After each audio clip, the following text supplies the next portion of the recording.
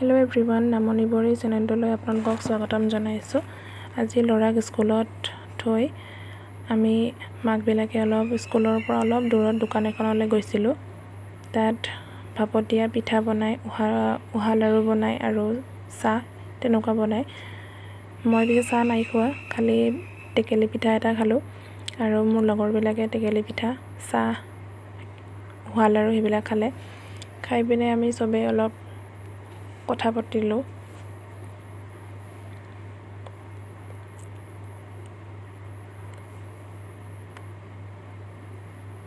এয়া আমি খাবলৈ লৈছো।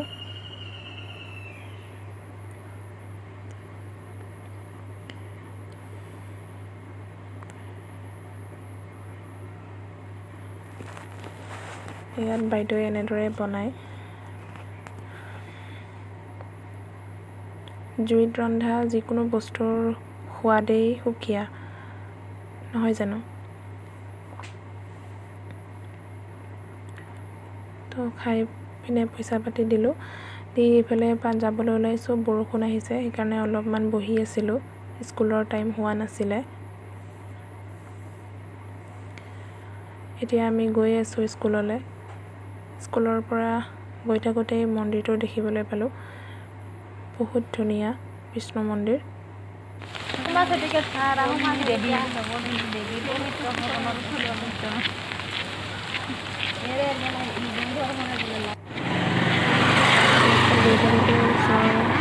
ৰাস্তাৰ কাষৰে গছ এজোপাত শিলিখা লাগি আছিলে।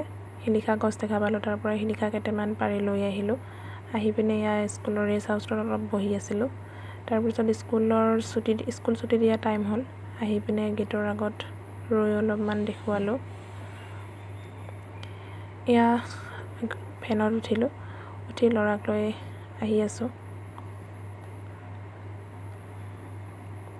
ঘৰত আহি পিনে এয়া ভোক লাগিছিল, সেইকাৰণে দৈ আছিলে ঘৰতে, সেইকাৰণে দৈ মুড়িকে খালোঁ।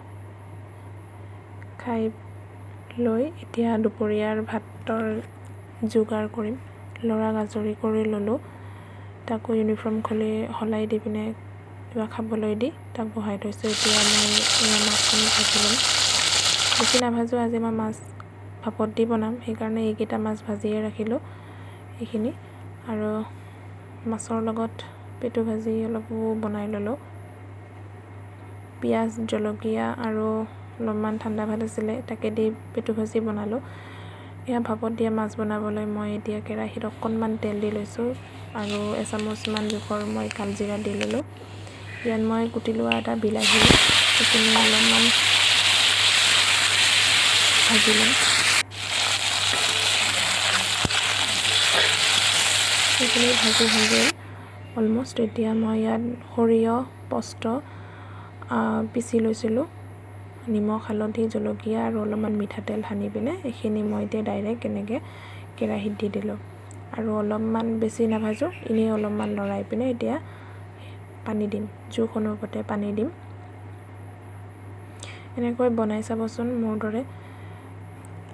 খাবলৈ ভালো হয় আৰু বেছি তেল নালাগে। ভাজোঁতে যিখিনি তেল লাগে এইখিনি ভাপত দি বনালে বহুত কম তেলতে হৈ যায়, সেইকাৰণে মই এই চিষ্টেমতে মই মাছ আনিলে এনেদৰেই বনাওঁ। এয়া অলপ উতলিবলৈ দি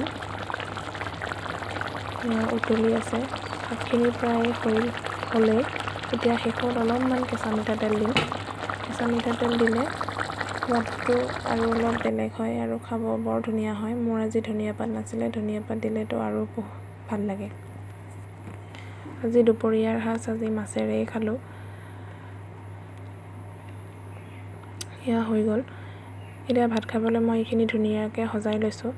আজিৰ ভিডিঅ'টো চাই কেনেকুৱা পালে কমেণ্ট কৰি জনাবলৈ নাপাহৰিব আৰু লগতে ছাবস্ক্ৰাইব এটা কৰি দিব।